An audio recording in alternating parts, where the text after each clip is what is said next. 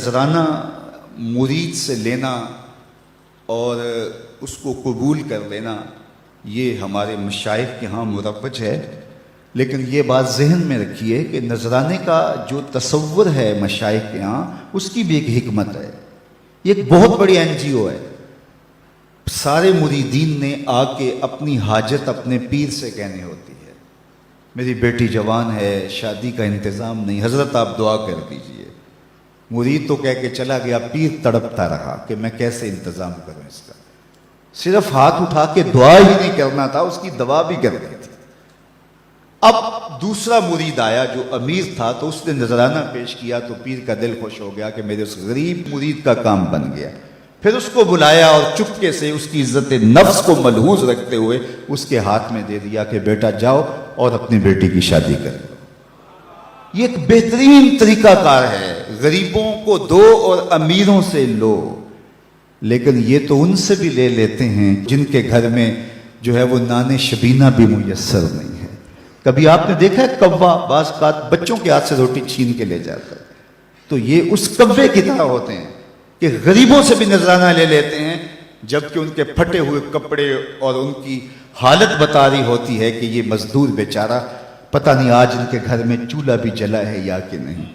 علامہ اقبال کا معروف واقعہ ہے کہ وہ بیٹھے تھے میکلوڈ روڈ والے مکان میں، تو ایک صاحب آئے ان کے پاس جو بہت بڑے پیر تھے اس زمانے کے۔ تو ان کا ایک مرید لاہور کے دوسرے کونے میں رہتا تھا، تو اسے پتہ چلا کہ میرے پیر صاحب علامہ اقبال علیہ رحمہ کے مہمان بنے ہیں، تو وہ ملنے کے شوق میں آیا اور اس نے کہا کہ حضرت بیٹی جوان ہے اور جن کے ہاں رشتہ طے کیا ہے وہ شادی کا کہہ رہے ہیں، اور میں پہلے ہی 100 روپے کا مقروض، اس زمانے میں 100 روپیہ بھی بڑا ہوتا تھا، اور مزید شادی بھی کرنی ہے، کوئی دعا کیجئے، اور اپنا دکھڑا سنایا۔ پیر صاحب نے ہاتھ اٹھائے، دعا کی اور اس کو کہا بیٹا آپ کو اجازت ہے۔ اس نے جیب میں ہاتھ ڈالا اور ایک 10 روپے کا نوٹ نکالا اور پیر صاحب کو نظر پیش کی۔ انہوں نے چپکے سے لے کے جیب میں ڈال دیا۔ اقبال کی بے ساختہ ہنسی نکل گئی۔ خیر مرید صاحب سامنے تھے تو پیر صاحب نے اس وقت تو کوئی بات نہ کی۔ جب مرید صاحب تشریف لے گئے تو اقبال سے پوچھنے لگے پیر صاحب آپ کیوں ہنسے تھے؟ کہا حضرت میں آپ کی دعا کی قبولیت پہ ہنسا تھا۔ تو آپ کو کیسے پتہ چل گیا میری دعا قبول ہو گئی؟ کہا حضرت جب آپ نے دعا نہیں کی تھی وہ 100 روپے کا مقروض تھا، جب آپ نے دعا کر دی 110 کا مقروض ہو گیا۔ اب اس کو تو دینا چاہیے تھا لیکن آپ نے اس سے بھی لے لیا۔ تو اس پر اقبال نے کہا تھا ہم کو تو میسر نہیں مٹی کا دیا بھی، ہم کو تو میسر نہیں مٹی کا دیا بھی، گھر پیر کا بجلی کے چراغوں سے ہے روشن۔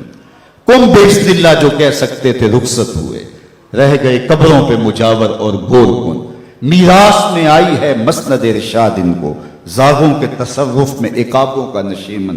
نذرانہ نہیں سود ہے پیران حرم کا، نذرانہ نہیں سود ہے پیران حرم کا، ہر خرقہ سالوس کے اندر ہے مہاجن۔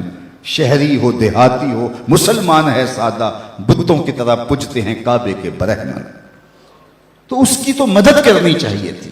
وہ دکھڑا سنانے آیا ہے، بیٹی گھر کی دہلیز پہ بیٹھی ہے، یہ تو اس سے پوچھو جس کی بیٹیاں جوان ہیں اور ان کو رخصت کرنے کے لیے باپ مجبور ہے، کس طرح اس کی راتوں کی نیند اڑ جاتی ہے اور کس طرح دن کا قرار لٹ جاتا ہے۔ لیکن اس سے بھی 10 روپے وصول کر لیتے ہیں۔ تو آج میں اور آپ دیکھیں کہ ہر ایسا شخص نہیں ہوتا جس سے نذرانہ لیا جائے، کچھ ایسے ہوتے ہیں جن کو نذرانہ دیا جائے۔ پیر ایک ذریعہ بن جاتا ہے، غریب اور امیر کے درمیان ایک پل بن جاتا ہے۔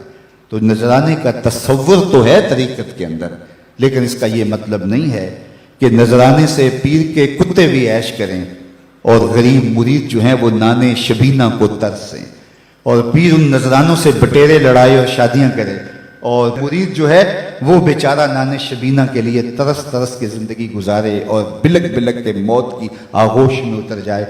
اس لیے نذرانے کے تصور کا انکار نہیں، لیکن اس کا مصرف کیا ہونا چاہیے یہ پیر کی ذمہ داریاں ہیں۔